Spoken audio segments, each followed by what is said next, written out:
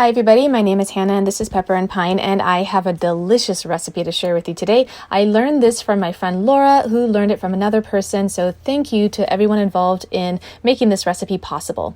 We're going to start out by adding about 2 cups of Parmesan to our mixing dish. Now I am doubling this recipe, so if you want to find the original recipe, you can find it down in the description box below, as well as on the blog post that accompanies this video. Okay, so we're going to add that to a really large mixing bowl, and then to this we're going to add some mayonnaise. Now I'm not using as much mayonnaise as the original recipe calls for. I prefer my dip to be a little bit more cheesy rather than the richness and moistness that is provided by the mayonnaise. So I'm only going to add half a cup, but you can definitely add more, especially since we are doubling the recipe. So I'm going to go ahead and add that half cup to my cheese. Everything is going to get mixed together.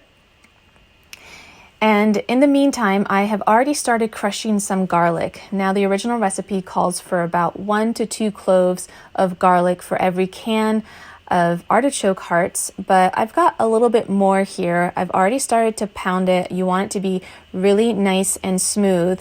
And there are about 4 to 8 cloves of garlic here, and I'm going to take about 1 to 2 heaping teaspoons full of garlic and add it to our dip. It's going to give such a nice, tangy, spicy flavor. So if you don't want it to be too garlicky, you can definitely reduce it. I'm draining the water from these artichoke hearts. Do be careful with that can. It is quite sharp. You want to have these non-flavored artichoke hearts. You don't want the ones that are marinating in oil, and you do want to drain them and squeeze them as much as you can to remove that excess water. I'm going to give them a rough chop. I am using 2 cans of artichoke hearts. This makes enough for about 10 people or so, probably less since we did run out of this at our event. So I would say this is like a really big crowd pleaser. So this would safely feed at least 6 people along with other appetizers. I'm going to give a generous amount of fresh ground black pepper. I do about 10 turns. Do not add any salt to this. There's already a lot of salt in the Parmesan cheese. And then you just want to mix it thoroughly so that all of those flavors get incorporated. Now you can bake this right away, or you can leave this in the refrigerator until you are ready to bake it. This is a dish that you want to serve hot, but not piping hot. You don't want to burn your mouth when you eat this. And sometimes it's hard to wait till it cools down, because once it comes out of the oven, it looks amazing. So I'm putting this into a round baking dish.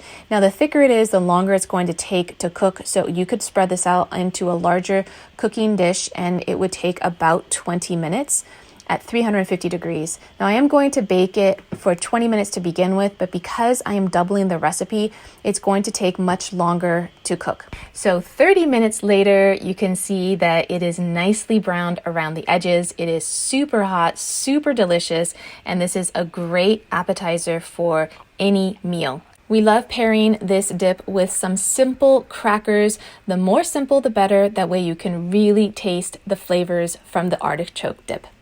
I hope you enjoyed this recipe. Don't forget to check out the blog post that accompanies this video for more information and pictures. That link is down in the description box below. If you'd like to see some of my other cooking tutorials, you can tap on the screen right now. That playlist link is also in the description box below. And if you'd like to see what we're cooking and what we're eating on a daily basis, you can find me on Instagram at Pepper and Pine.